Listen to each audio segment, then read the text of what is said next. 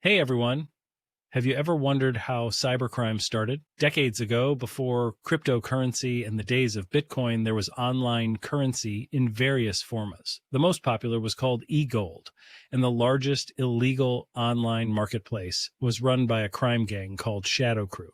What's an interesting fun fact is that Shadow Crew had many affiliates and workers who ran scams, fraud, and created fake identities. One of those people was none other than Michael Patreon, the convicted felon also known as Omar Danani. For regular podcast listeners, you will recognize that name since he started Quadriga FinTech Solutions with the one and only Gerald Cotton. The fun fact is this: Jerry Cotton also worked for Shadow Crew. All of this makes it extremely interesting when people debate whether Jerry Cotton actually died that mysterious day, or whether he changed his identity and did what many believe: an exit scam, disappearing into thin air with hundreds of millions of dollars only he had access to. So we take you behind the curtain of that original cybercrime gang, known as Shadow Crew. 20 years ago, the world was different, and so was cybercrime. Shadow Crew was at the top of the cybercrime food chain, and Brett Johnson was at the helm, steering their ship with meticulous precision and ruthless business acumen. The world-famous Brett Johnson is now a friend of our show and has been since our early days on the air. Brett is not only a great guy, he is an extremely entertaining, colorful, and empathetic human. Brett is a person who has truly redeemed himself. Brett has served his time and is now an in-demand global speaker. He has also helped law enforcement hundreds of times. He has been secretly involved in helping law enforcement in some of the biggest recent cybercrime takedowns and arrests. Once called the original cybercrime godfather by the U.S. Secret Service, only Brett Johnson knows how the criminal mind works. He knows it like no other. Only Brett has the unique, outgoing personality that is uniquely Brett. This is the story of cybercrime behind the scenes. The Brett Johnson story. So today we are joined by former U.S. Most Wanted cybercriminal turned good guy, speaker, consultant, writer, podcaster. Great show, Brett Johnson Show. If you haven't caught it, please go there. We'll have links in our show notes. He's now protecting us from the types of people that he used to hang around with, and he used to be. With an incredible personality, celebrity status. You could have been an actor, but you wound up here. A devout following, Brett Johnson, welcome to the studio. Yes, it is absolutely my pleasure. I cannot thank you guys enough for inviting me on. I truly appreciate it. Well, we're really, really excited to have you. So, I mean, you've got a colored history. We'll get into that. Ultimately, the biggest name in cybercrime in the history of the internet, turned undercover Secret Service guy. Get busted. Yeah. You get busted. Escapes. Like, repents, changes your life dramatically. You're now on the good side. You're doing a lot of good for a lot of individuals, families, organizations, brands. We cannot wait to learn more. I appreciate that. You humbled me with what you said. My sister, about a year ago, she looks at me and she's like, you don't do anything small. No, you're not wired that way, Brett. You're not wired that way. Yeah. I'll tell you, the ancient Greeks, right? When somebody would pass away, they used to ask like one question, right? Did they have passion? That was like the question. That's all that mattered in the life. It wasn't how much money did they have? What was their title? What was their job title? It was like, how were they passionate, right? Were they passionate enough? Did they live life? You're doing it, man. I think I am. I think you're doing it. When you go bad, you go bad. So walk us through the sting. Walk us through Shadow, because I've read all about it, and having you on live, I just need to know, like, what was it? I mean, do we start the discussion with Albert Gonzalez with Soup Nazi? No, I don't think you do. So I think that you started initially with how the fall came. Okay. So I think that you have to go back in time a little. Certainly, Albert is the guy who got Shadow Crew busted. There's no doubt about that. And let's explain to the listeners: Albert Gonzalez, currently serving time in prison, supposed to be out, I think, in 2025 or something. Actually, he's out before that. He should be out early next year. Okay. Wow. And he was under a bunch of different acronyms, online names. One of them was Soup Nazi, which people will remember from Seinfeld. And he was the guy who used to dress in like women's garb, right? Would go to an ATM. I think he first got busted because he was at an ATM dressed as a woman, and 2 off-duty cops were just there having like coffee, talking. Notice this guy, lady over at the ATM for like an hour, just card after card after card, taking out cash. And they're like, well, that looks weird. For 40 minutes, they say that. Right. Yeah, go talk to him, right? Like, there's something up there. So like, it's all the, and I remember he learned to start to go and take those out at midnight because something about what the ATMs and the funding and stuff like that, they'd have most cash or something. And so they get him, and he immediately like tells them everything, right? And they get him to work for the Secret Service at that time? So what happens with Albert is, like you said, broad daylight in New Jersey. He walks up to an ATM. He's got a stack of white plastic, just counterfeit cards, all encoded on the back.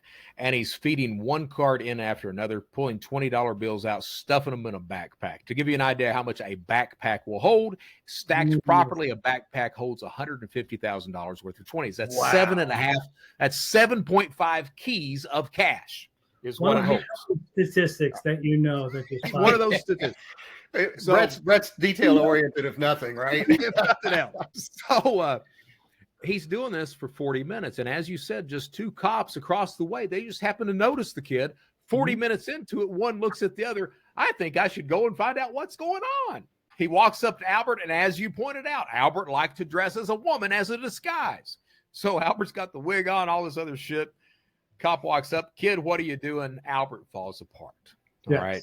Just lets everything out at that point. What the kid was. Secret Service, Secret Service comes in, and what actually happened, and I know this from my work with Secret Service as well, Secret Service had no idea how to track online criminals at that point. This was just when this stuff was first starting. Nobody really knew anything. The Wild West. So, the Wild West of everything. So they asked Albert, how would you go about catching these guys? And Albert's like, well, you could use a VPN. And literally, they're like, what's a VPN? So he had to explain it to them. And they thought that was the best idea ever. By this point in time, I have retired from Shadow Crew. I'm the guy that starts tax return identity theft. The reason all his returns are delayed every single year is this son of a bitch here. Wow. Yeah. And I was stealing $160,000 a week, 10 months out of the year, doing that. So, and that's where I said this story actually begins before Albert, because we had been seeing, because of that CVV1 breach or hack, we had been seeing IPs from government agencies, from the Pentagon, DOD, Secret Service, FBI, all this other stuff. So we knew they were looking at us. It gets worse than that. There was this kid, his screen name was Enhance. Now, you guys may remember this, but back in the early 2000s, Paris Hilton had her T-Mobile phone contact list published. All right. That was us. That was Shadow Crew that did that. That was this kid named Enhance. But he also intercepted text messages of the United States Secret Service investigating Shadow Crew. Whoa. So we had all that. And so here I am, I'm top of the heap. And I'm sitting there going, I got worried about RICO. I'm sitting there going, well, they're going to indict me for everything. I announced my retirement right as Albert Gonzalez gets arrested. So that's how I was able to avoid being picked up. That's what happened. Albert gets arrested. He sets up the VPN. He comes back into Shadow Crew right as I'm retiring. He comes back into Shadow Crew. I drop off the radar. He's an undercover informant. Right. At this point, he's working for the United States Secret Service. Right. We didn't know that. Nobody had told us that. He left that detail out. That tidbit would have been nice to know, but we didn't know about it. Right. So what happens is he comes in, he says, hey, in order to be safe, I'm going to require all transactions to go through this VPN. Now, not everyone agreed with that. Some people gave him a lot of static. So what he did was he banned all of those people. I had put mods in place, admins in place, and he just restructured everything so that the investigation would go through just fine. That investigation lasted, 6 months, something like that. I think they ended up getting like $4 million worth of transaction data. They got drop addresses, everything else. One of the things that they noticed is that most Shadow Crew members got online every Sunday night. So October 26, 2004 was a Sunday. Secret Service had it orchestrated. They were going to bust everyone at the same time.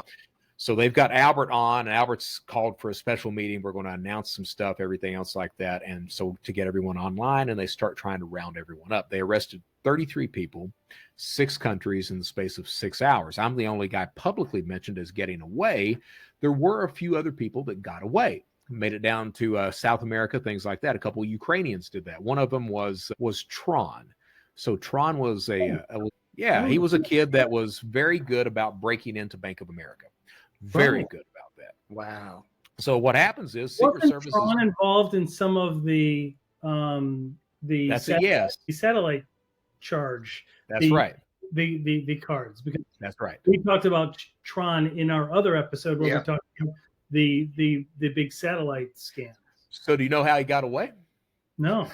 So he was set to be arrested October 26, 2004. Secret Service in the air, flying into the Ukraine. They called the local PD. Hey, we're coming down to arrest this kid. The local PD, yes, come down and get him. We will make sure he is here. So what happens? They hang up. They get in the car, go down, tell the kid, hey, they're coming to get you. Yep. Wow. But 33 people, 6 countries, 6 hours. I was picked up 4 months later, and they ended up giving me a job.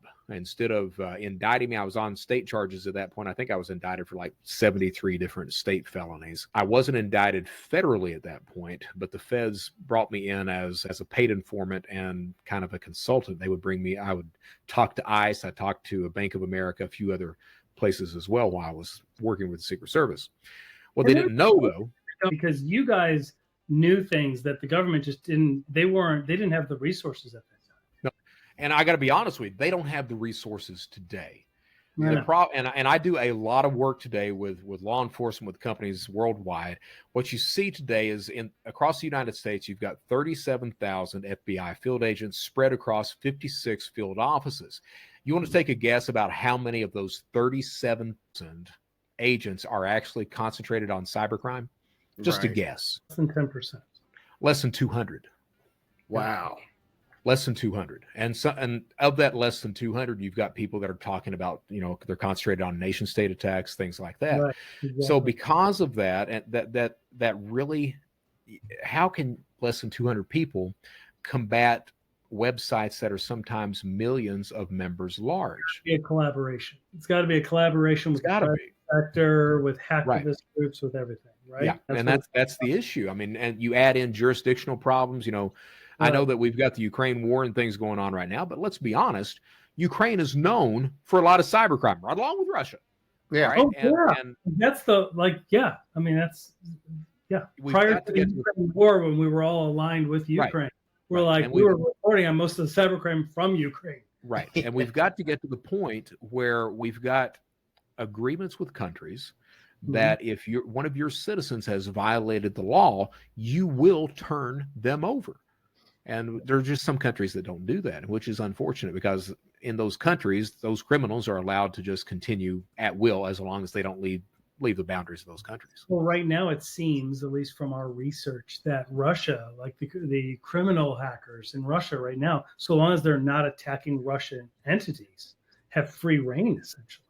They do. I'll give you another. I was talking to the head of security of one of the main targets of criminals 10 months out of the year. And he told me that, for this year, fraud and attacks through the roof. It's post-pandemic. You've got the recession coming. You've got the Ukraine-Russia war. It's just through the roof with everything.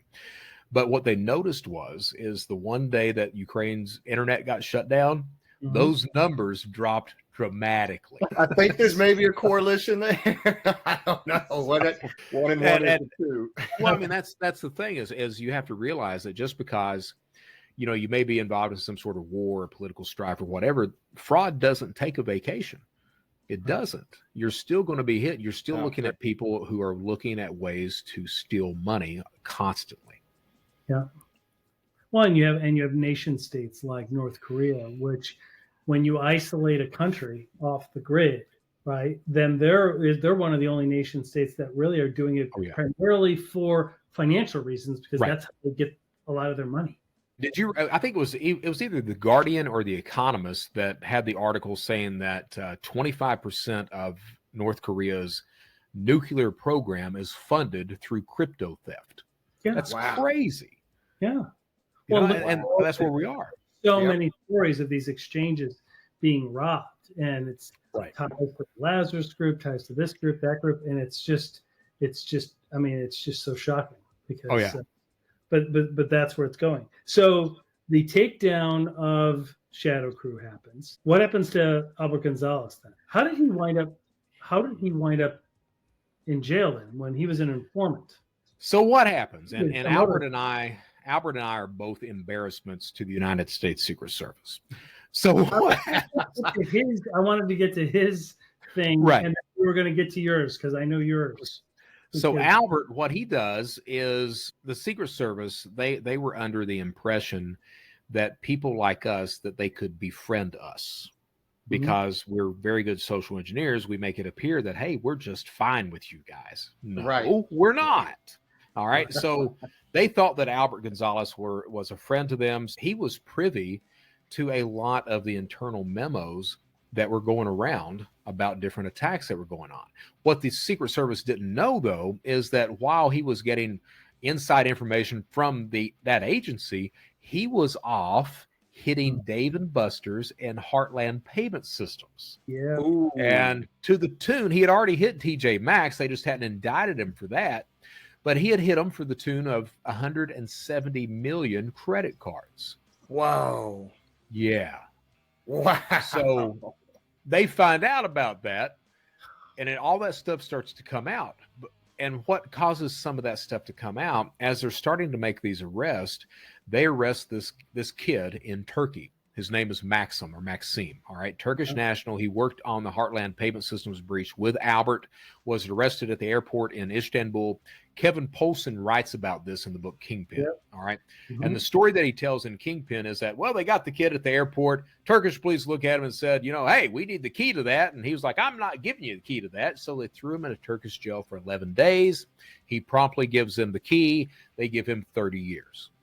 Kind of a funny, heartwarming story. Always gets a laugh when I tell it in a presentation. The problem is that's not really what happened. What really happened is that, yes, they did arrest that kid in Istanbul. Secret Service flies in. The Secret Service pulls the kid to the side. Hey, we need the password.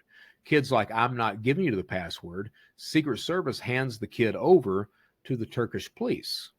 Turkish police beat the kid for 11 days until he gives them the key. They give him 30 years, and the evidence that was on that laptop is used to give Albert Gonzalez and others boatloads of prison time. Wow. That's what really happened. Wow. So, and I got to be honest with you guys. I found out about that, I don't know, maybe 6 weeks ago. And it messes with me. This was news too. Wow. Yeah. I mean, this messes with me because the DOJ guy, where that news comes out, he was in a closed door meeting and he makes a joke about it. He says, hey, we had to and he does this hand gesture. We had to brute force the password out of Maxim. It was only written, and hell, that story came out several years ago, but nobody really picked up on it. And it messes with me because these days I'm like a recovering alcoholic, except mine was crime. And I'm firmly on that side of everyone needs to do the right damn thing. Yeah. And when I hear that law enforcement has not been doing that, because I've got a profound respect for law enforcement, it really messes with me. It really does. Yeah. You don't have to do that. It's credit card numbers. The kid, throw him in a damn jail for 11 days anyway. He's going to tell you something. Right. Yeah. So, it's going to be impactful enough on its own. His technology and his pizza puffs, he'll eventually tell you. Exactly. He's eventually going to crack. Yeah. Yeah, we were not the people who were hardcore, throw us into jail. We're not going to rat on each other. Oh, we're going to tell everything we know on everybody. Yeah, right. That's what we're going to do. So that was one of the stories. One of Albert's other guys, his name was Jonathan James. And I don't know if you've watched any of my presentations, but I don't really use the word hacker in my presentations because we're criminals. Yeah. And we have two different things. We have these, you got 7,500 plus security companies. You got mass media that paints any online criminal as an untouchable computer hacker. And that's just not the case. But if there's ever been one, it's Jonathan James. That kid, as a minor, he broke into the Pentagon, into the DOD. He broke into NASA, shut their computers down for 6 weeks. Once he gets out of that trouble, he decides he wants to try credit card theft. So he partners with Albert. He's arrested with Albert. And whether it was true or not, and when I first started talking about it, I was like, no, it couldn't have been true. But over the years, probably was true. He thought that law enforcement was going to lay the blame of those breaches at his doorstep, that he was the primary guy. So he gets up one day, goes in his dad's bedroom. The Heartland breach, the TJ Maxx breach. All that. Yeah. Wow. So, he would have got 40 years plus as well. But he gets up one day, walks in his dad's bedroom, gets out at 45, walks in the bathroom, writes a note, steps in the shower, and he blows his brains out. And that's what happened. And again, every single presentation that I've ever given, I've talked about that kid. And the reason I do that is I believe if you're an adult and you break the law, prison will do you good. It'll give you time to think. It'll get you off the street so you can't victimize anybody else. It's a benefit all the way around. But if you're a minor, if you're a child, I can't help but think what would have happened to Jonathan James had someone just mentored the guy. Took him in under their wing, gave him some advice. How old was he when he was early 20's at that point. The thing is, and this is one of the things that that justice across the United States doesn't really address is, your brain doesn't fully develop if you're a male until you're like 23, 24. Personally, I think it's like 43, 44. Yeah, that may be more accurate. But I mean, it's So here's something I've always wanted to ask you, and I also want to ask you about Michael Petrion. Omar Denani. Okay. But before we get into him, what was the moment that you knew yourself you were done with the criminal angle? You were done. The moment. What was the moment? What was the incident? Like, it could be, I got busted, I felt bad, but a lot of times that you're just upset that you got busted. Like, what was the moment you yourself changed? The remorse was too much. You just said, I'm going to still make a living. I'm still going to have a good life. I'm just going to do it within the confines of the rules of society. It was, so my turnaround, I attribute to 3 different people. My sister Denise, she had disowned me for a space of about a year, and then she comes back in my life just to see me for 10 minutes. That's the first turnaround. The second turnaround is when I got out of prison. I couldn't get a job. I couldn't even touch a computer, and I got to where my first crime was stealing toilet paper. I didn't have the money to buy toilet paper. I could either feed my cat or buy that, and I fed my cat, and I shoplifted toilet paper, and met my wife, Michelle, now. And that's really the second turnaround. I ended up recidivating. I got a job pushing a lawnmower. When that ended, I went back into credit card theft. I got caught. And because of that, I'm very lucky that happened, because that really taught me. Michelle didn't need me for what I could give her. My entire history has been showing love through some sort of expensive crap. My love is worth this. Yeah, you talked about that in other. I don't care if I'm living in a small apartment or whatever. I did this because I wanted to take my girl out for a nice place. I wanted her to do this. That's what was driving you. Right. So that is the motivation. That is. Yeah. So was it the fact that your wife now just didn't need that, and you were like, I can never wanted it. Right. So you can. She wanted me just for me, not what I could give her. So that was the biggest turnaround right there. After I get out of prison from that probation violation, I ended up reaching out to the FBI, an agent by the name of Keith Malarski. He's in the news pretty often as well, and he was involved in a lot of the cybercrime arrest of people that I knew. And I sent him a message. I was like, "Hey, I think you did a great job. No hard feelings. And by the way, I would like to be legal." And this man, within 2 hours, I sent it to him on LinkedIn. Within 2 hours, he responded. He took me in under his wing. He gave me references. He gave me advice. He's retired. He's been retired for 2 or 3 years now. Actually, 3 years. He continues to do that to this day. And the thing is, and what people don't understand is, if Malarski had not responded to me, I really am convinced that I would be back in prison for 20 years. he gave that validation. He didn't judge. He didn't do anything else. He was right there. Hey, you can do this.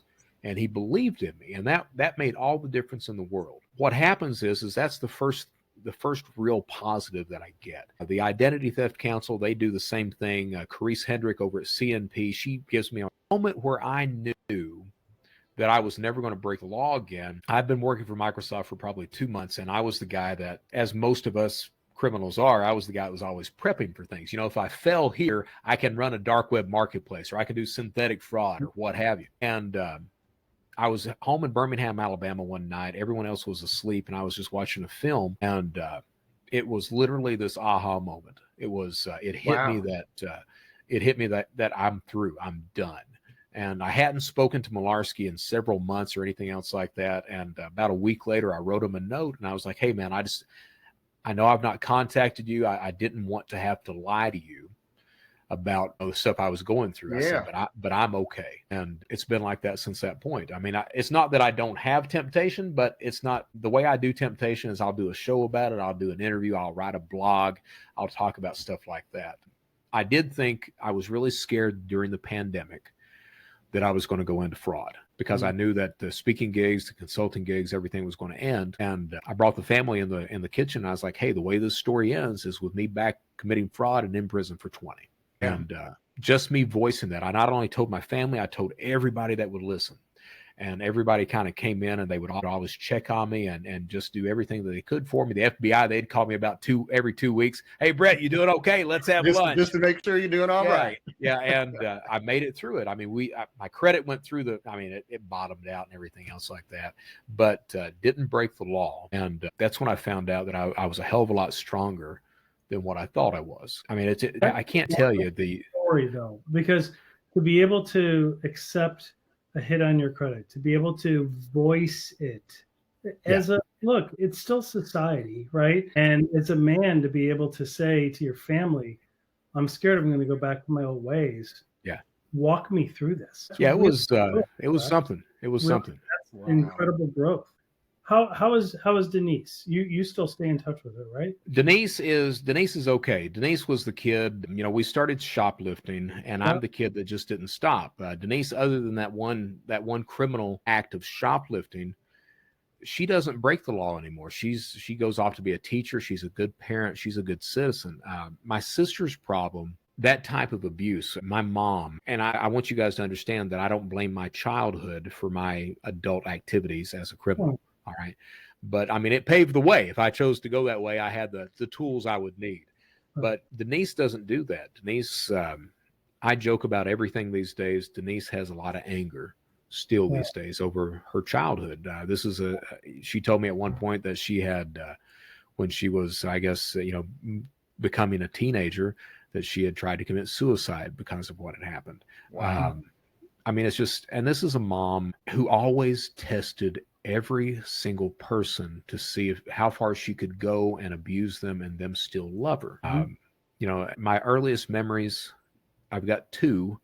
The first is that my dad was a helicopter pilot in the Army. We were at Fort Lewis, Washington, driving. My dad was driving, my mom in the passenger seat, me and Denise in the back.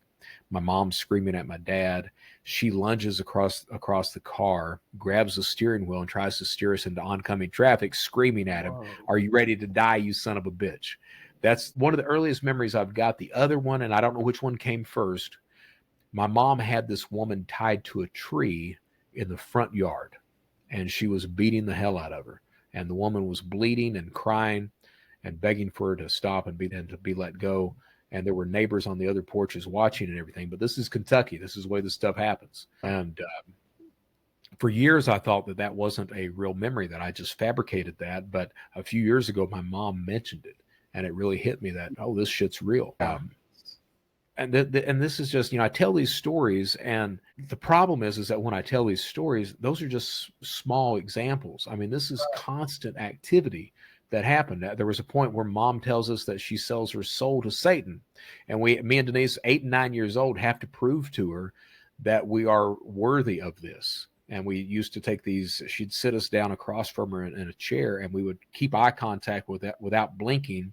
And she would, when you're 8 and 9, this stuff's real. She would let Satan come out through her eyes, and we were supposed to think happy Jesus thoughts to not be possessed. There was that. There was, she would tell us that she had given up her life for us and that she was going to leave and we'd find her dead in a ditch someday. So I was always the kid that was concerned she was never going to come back. I mean, there was an instance where she calls me and Denise in the bedroom. We go over to her side of the bed, and she used to smoke these Moore cigarettes, or menthol, these long brown cigarettes. And she told us, she's like, you know, your mother loves you. And I'm like, yes, Mom. And she's like, I'm going to show you how much I love you. So she takes the cigarette and pretends, doesn't even, not for real, just pretends to burn herself. So the cigarette's like that far away from her arm. She's sitting there screaming and writhing in the bed. My dad, poor man that he is he keeps saying, Carolyn, please stop, just stop. She's screaming, acting like it's burning her. Me and Denise can plainly see that she's not burning herself. And you know how that affects you as a child? You sit there and you wonder, what does that mean that Mom doesn't actually love you? Because she didn't burn herself. That's how screwed up you get with stuff. Right? But that was common stuff. My sister gets a full ride scholarship at Berea College. My mom finds out that Denise has a boyfriend. My mom goes to Berea, goes in the president's office, and proceeds to tell the president that my sister is not only addicted to drugs, but her boyfriend is her pimp. And tries to get Denise thrown out of college. And Denise is almost thrown out because of that. I had a full scholarship for theater at one point. San Jose State Theater, the head theater guy, Edward Emanuel, he comes down, visits my mom. My mom pulls a knife on him, threatens to kill him. This was common stuff throughout. Wow. And that has an effect, you know. That's why I end up as the guy who can't really. Have an effect. It can't not have an effect, right? Well, like, how do you not do that? But what's good is that at some point you agreed to reach out. You agreed to get help from people, and you've kept up with Denise, right? Oh, I have. She's great. She has issues, but she's my sister, and I love the hell out of her, and she does the best that she possibly can. And I don't want it to sound like she's bad or anything. She's absolutely outstanding. She truly is. It's just, an upbringing like that, it's absolutely going to affect you. There's a reason that I have problems with healthy relationships, even today. Well, sure. There's a reason that Denise has anger issues, even today. But Denise is very blessed. She has a family that loves her. I have a family that loves me. I lead a very blessed life that I really don't think I deserve a lot of the time, but I'm damn grateful. That's imposter syndrome. That's a different thing, right? Right. That's the I don't believe I'm worthy. Well, yeah, exactly. Yep. So, yeah. But so those moments are where you realize, oh, what was the movie you were watching? You said you were home, you had the aha moment, you were watching a film, and you knew you were done. What was the film? I have. Did the film have anything to do with it? Yeah, it didn't. The movies I watch, and I have this film. I watched John Carpenter's Thing. I've seen that thing probably 400 times. I watch Night of the Hunter. That was the film that night. Robert Mitchum film. Yep. And I think Charles Lofton is the director of that. But if no one's ever watched that film, it's an old black and white movie. It is an absolutely amazing movie. Please, all your listeners, look up Night of the Hunter with Robert Mitchum. It is amazing. There we go. There's no financial involved. We have none. We are not financially tied in any way, nor obligated to send them any funds for this endorsement. Exactly. We are neither endorsed nor affiliated with it. So let's switch gears real quick. Michael Patrin, Omar Denai. Michael Patrin. What was his role in Shadow Crew? His role in Shadow Crew was a money launderer. There are a couple of cryptocurrency has a couple of precursors, and those precursors are eGold and Liberty Reserve.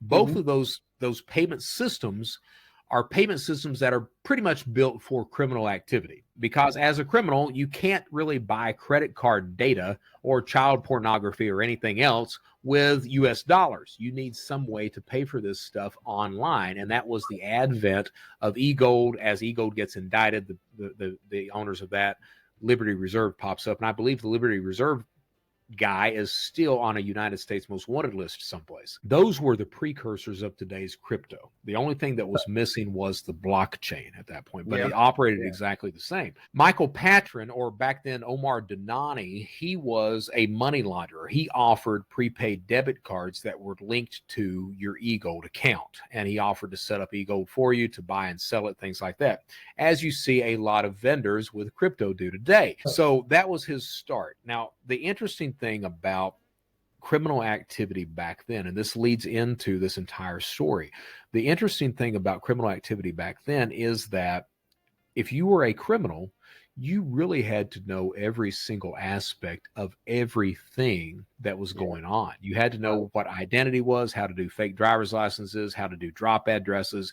You knew the dead baby method. You knew how to launder money. You knew everything. You knew the security of systems, everything. That doesn't work like that today. Today, it's plug and play. The sophistication is no longer in the criminal. It's in the platform itself. But back then, the guys back then knew their shit. They knew what was going on. The reason that's important, Michael Patron gets arrested. He serves 4 years in prison. Omar Donani gets arrested. He serves 4 years in prison, gets released, changes his name to Michael Patron. What did he get? What did he go to prison for those 4 years? For money laundering, access device fraud, a few other charges like that. But because of Shadow Crew, those financial cybercrimes. So he was one of the guys that went down in that sting of Shadow Crew? Yes. Okay. He was one of the associates of that. So he gets 4 years. He gets out, changes his name to Michael Patron. There was another Shadow Crew operative back then his name was Gerald Cotton. Wait a minute. So Jerry Cotton, this is on the rabbit hole, man. Jerry Cotton was a Shadow Crew operative? Yes, he was. Wow. Yes, he was. Well, okay. Oh, yeah. Yeah. So he was also on Shadow Crew. Both these guys spent a lot of time on Talk Gold, things like that, dealing with eGold, Liberty Reserve, things like that. So he partners with Gerald Cotton. Now, Jerry Cotton didn't go down on the sting.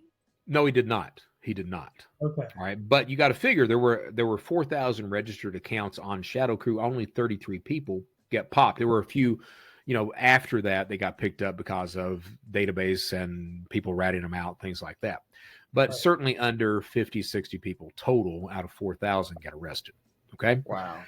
So Michael Patron, Omar Donani changes his name to Michael Patron. He partners with Gerald Cotton. Now, this is conjecture on my thought is that Quadriga, the cryptocurrency exchange that they started, my thought is that started as an exit scam. I really think that would make sense. People, knowing that story, that would make sense. Yeah. I was just about to get into that. Because so my thought is that. So Omar Donani, he would have knowledge of how to create a new identity. Absolutely. Is that now connected a whole lot of dots? One of the vast services in the portfolio of Shadow Crew. We did this thing there were a few different ways that we could do identity back then before, and this is prior to, because 9/11 things change. Prior to 9/11, the only thing you had to do for a new identity, my name is Brett Johnson. I would come up with a counterfeit birth certificate in the name of Brett Johnson. Instead of me being born 1970, I would say that I was born in 2022.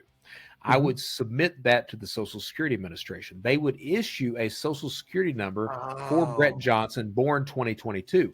What I would do then is I would use that Social Security number for that baby in my name, and I would get a job. Right. That social would then report to the Social Security Administration, not as a 1-year-old, but as a 52-year-old. Right. Social Security would basically say it must be some sort of error, and they would fix that baby's social to be a 1970 social at that point. What? And that's the way that worked prior to 9/11. Yep.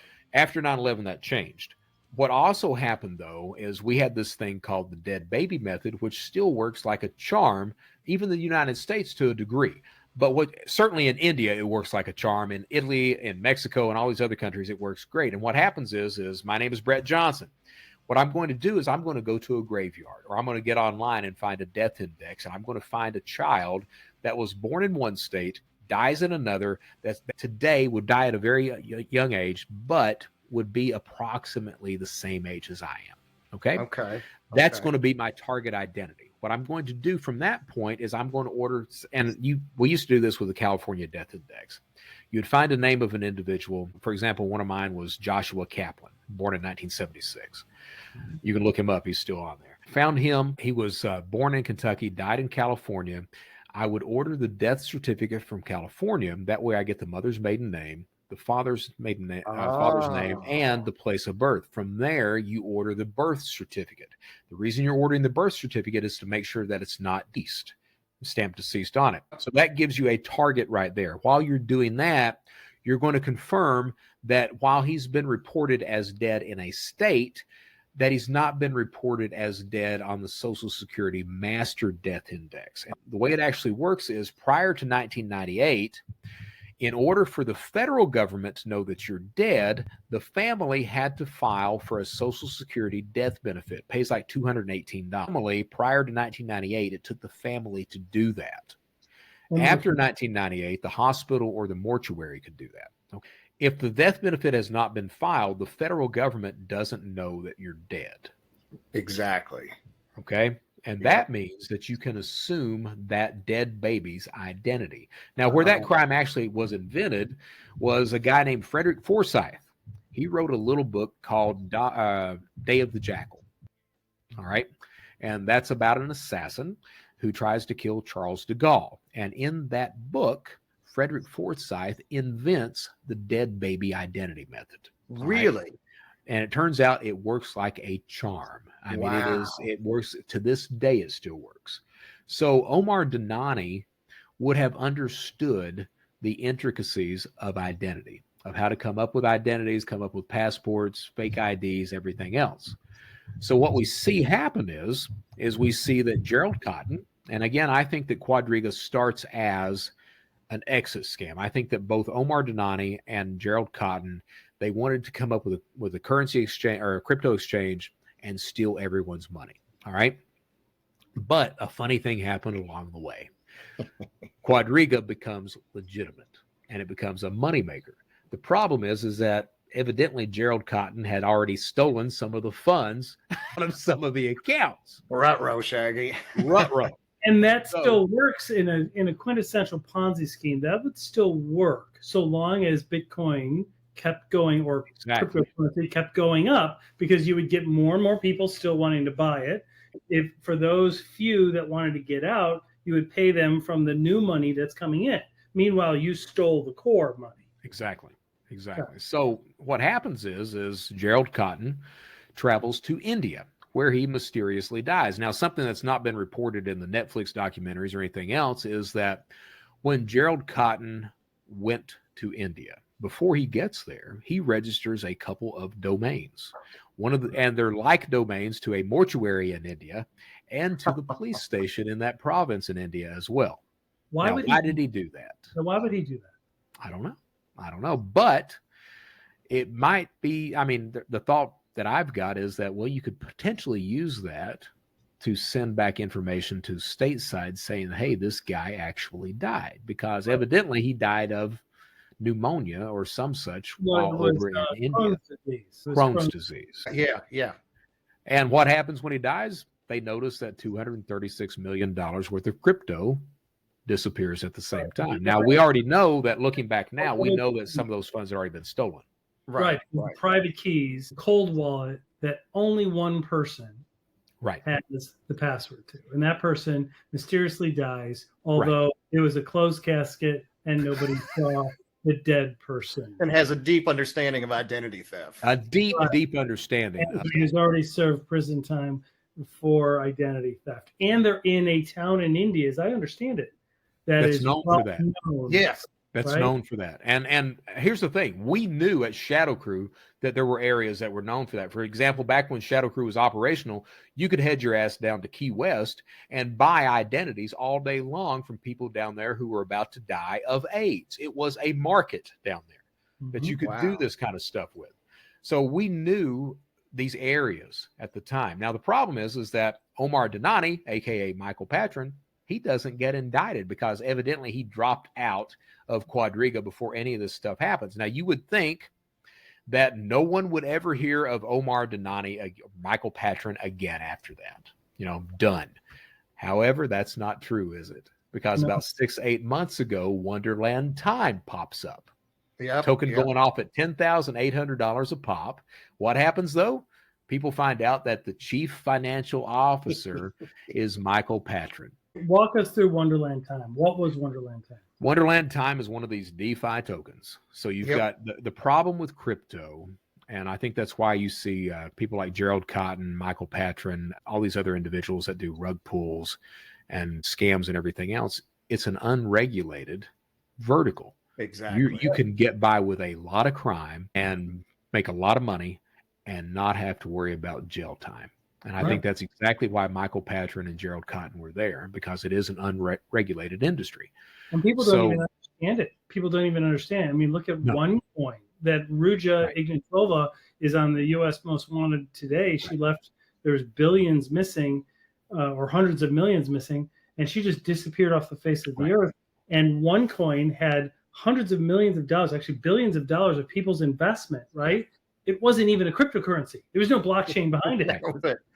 Brandology bucks. We're like, give us your life savings. We're going to give you an account that shows, it sounds almost like what Bernie Madoff was doing. We'll give you a piece of paper that shows you're making a lot of money. Keep giving us more money. And you just look, on paper, I'm really wealthy, but try and get your money out. That can happen because it's not real. It's Brandology bucks. Think about that damn Beanie Baby at the beginning of our show today. All right.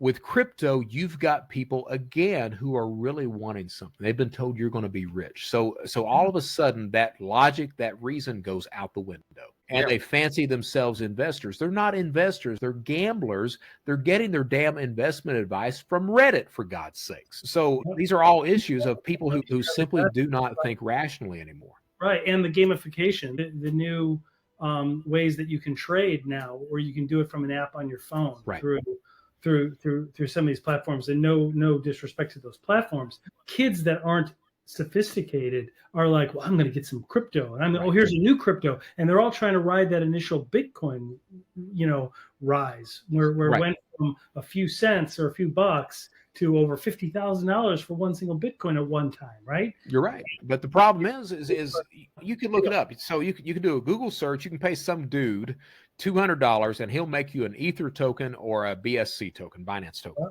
$200. From there, you open up a Telegram channel, a Discord channel, have it populated with bots that constantly talk about how great the token is. You get over to Reddit, start talking about pump the price up. What are you going to do? You're going to do this thing called a rug pull. So you get people who buy into the token. You're sitting there on your wallet, and all of a sudden you sell all of your tokens, crash the entire market. You walk away with a couple $100,000. Yep. Pretty good payday for a couple, three, maybe a couple months. For $300, yeah. Right. Pretty good payday. Michael Patron, I think. It's unregulated, and it's so complicated, people don't even understand it. No, they don't. And that's a lot of the issue. Wild West. Michael Patron with him, the way I found out about it, I had a guy message me on Reddit. And he was like, hey, Michael Patron is back. And I'm like, what the hell are you talking about? And he's like, look at the Wonderland Time subreddit. And it was right as this stuff was going on. Michael Patron it came out that he was the chief financial officer of Wonderland Time. The main developer knew it the entire time. Wow. And admits it. And the token goes from $10,800 down to $117 in the space of like 4 days. You can think about that. You've got retirement funds. You've got everyone's life savings, everything else invested in this token that is now completely bankrupt. And the problem with that, and this is this Reddit echo chamber type thing that goes on. The problem is you've got people that have lost everything because you've got a criminal that's associated with this, yet you've still got victims that come in that are trying to convince themselves that, no, it's legitimate. It's going to work out just fine. So you have these conversations of people saying, I've lost everything. Meanwhile, you've got other people saying, oh, keep holding. It's going to go right back up. It's going back up. So Patron his ass ends up over in Thailand. The last I heard, he was in Thailand. His Ether wallet, and this is before the latest crash, his Ether wallet at one point was $50 million. I know it dropped down to $35 million. I don't know what it's valued at right now. Wow. And still not indicted. Why? Because there's no damn regulation yet. Right. There's crypto. nothing to indict them on. There's nothing on the books. That's crazy. Unbelievable. I mean, it is. It's absolutely insane when you think that you can steal that kind of money. You can ruin lives. People commit suicide, everything else, and you walk away unscathed. Something's wrong with that. Absolutely depends on who you are and what you do. All right. If you're an individual food service, I'll attack you different than if you're payroll. I'll do business email compromise or try to get you to send me your W-2s. If you're payroll, if you're food service, I'm going to set up new accounts, bank accounts, crap like that. Understand where you are, how you're going to be attacked, design your security around that. Understand your situational awareness. We're very good. We are very good in the physical world of knowing when we're in a bad neighborhood. We understand that immediately. That's a really good analogy, isn't it? Right. You know when you're in a bad neighborhood, right? And in the digital world, realize when you're in a bad neighborhood. Right. There are predators online. There are people who will look at your Facebook page to find out when you're going on vacation. They'll they'll capture pictures of your children and use those as deep fakes for currencies of pornographic sites, things like that. Understand there are predators there. Design your security around that as well. Increase your situational awareness online. The actual things that you can do immediately: freeze the credit of every single person in the house. Children are the #1 victims of identity theft. Credit freezes.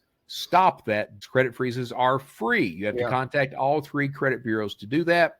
The problem is that credit freezes have been free since 2018.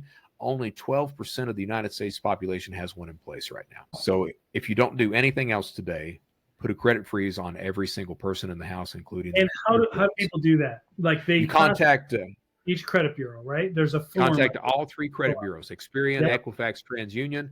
They're going to try to get you to pay for some sort of service. No, you want the free one, credit freeze. And that means that no one can request your credit report without your permission. Okay, that's the only thing it means. Stops new account fraud dead in its tracks. For adults, we have existing accounts, so you have to monitor accounts, place alerts on those existing accounts. For example, on your credit cards, Discover Card has a $0 alert, meaning if I go on the dark web, buy your card for $12, I ping the card to see if it's just alive. You get a text message saying, hey, someone's trying to steal your credit card data, and you can have the card locked down. So freeze credit, monitor accounts, place alerts, password manager, because 80% of the population uses the same or similar logins and passwords across multiple websites. We talk about it all the time. Now, we're going to get to that point where we are going to go passwordless. Somehow we're going to get there. We're not there yet, so use a password manager in the interim. I'm an Android guy. I use the one that's built into Chrome. You don't have to pay anything to do that. There's one for Apple as well. Use a password manager. Okay. From there, you can do multi-factor authentication. You can do all these other things. The idea is to understand that you need a toolbox with which to protect yourself. Criminals have a toolbox that they use to attack you, and they've got a variety of tools, and they'll pick out whichever tool they need to victimize you or your company. As a defender, you need a toolbox with a variety of tools to protect yourself from those types of attacks. The interesting thing is that just those 3 things I told you about: freezing credit, monitor accounts, place alerts, and then a password manager. If you do all 3 of those things, you're no longer that lowest hanging fruit. You're much more protected than 70, 80% of the population that's out there. So do that. Without a doubt, do that. Please, God, do that. What I hope for every day. Using like 1, 2, 3, 4, 5 or password or like Green Bay Packers rule, right? And then on social media, they're like at the Green Bay Packers game with like the cheese head on, and you're like thinking your password might be Green Bay Packers rule. Might be something like that. Yeah. And it's not just individuals. You take Colonial Pipeline, you take SolarWinds, had SolarWinds 1, 2, 3. I mean, it's not just that. Honestly, I got to tell you that it would be a good thing if we got to the point where these 7,500 security companies went out of business because they no longer needed them. We were secure as a people. Oh, right. I got you. That would be a good thing. But I don't think we're going to get there. I don't see that happening anytime soon. No time soon. If you're in cybersecurity, you have job security. You're going to be around for a while. Everyone else may be in a recession. Cyber, not so much. Right. Yeah. Hey, Brett, this has been wonderful. This was good stuff, man. I really appreciate you coming on. Absolutely insightful conversation, helpful, right? Informative. So this will not be the last time we speak. Absolutely. We will be in touch. I would love to do like a LinkedIn Live with you. Sure. And address maybe something happening in the news or something like that and get your perspective on it. I think we should talk about cybercrime as a service. That's a big one right now. Okay. Yeah, and Krebs on Security writes about like the violence that's like violence as a service that's going on right now. Right. It's getting darker and darker as things get more advanced. And it's Well, that wraps this up. Thank you for joining us. We hope you enjoyed our episode. The next one is coming right up. We appreciate you making this an award-winning podcast and downloading on Apple and Spotify and subscribing to our YouTube channel.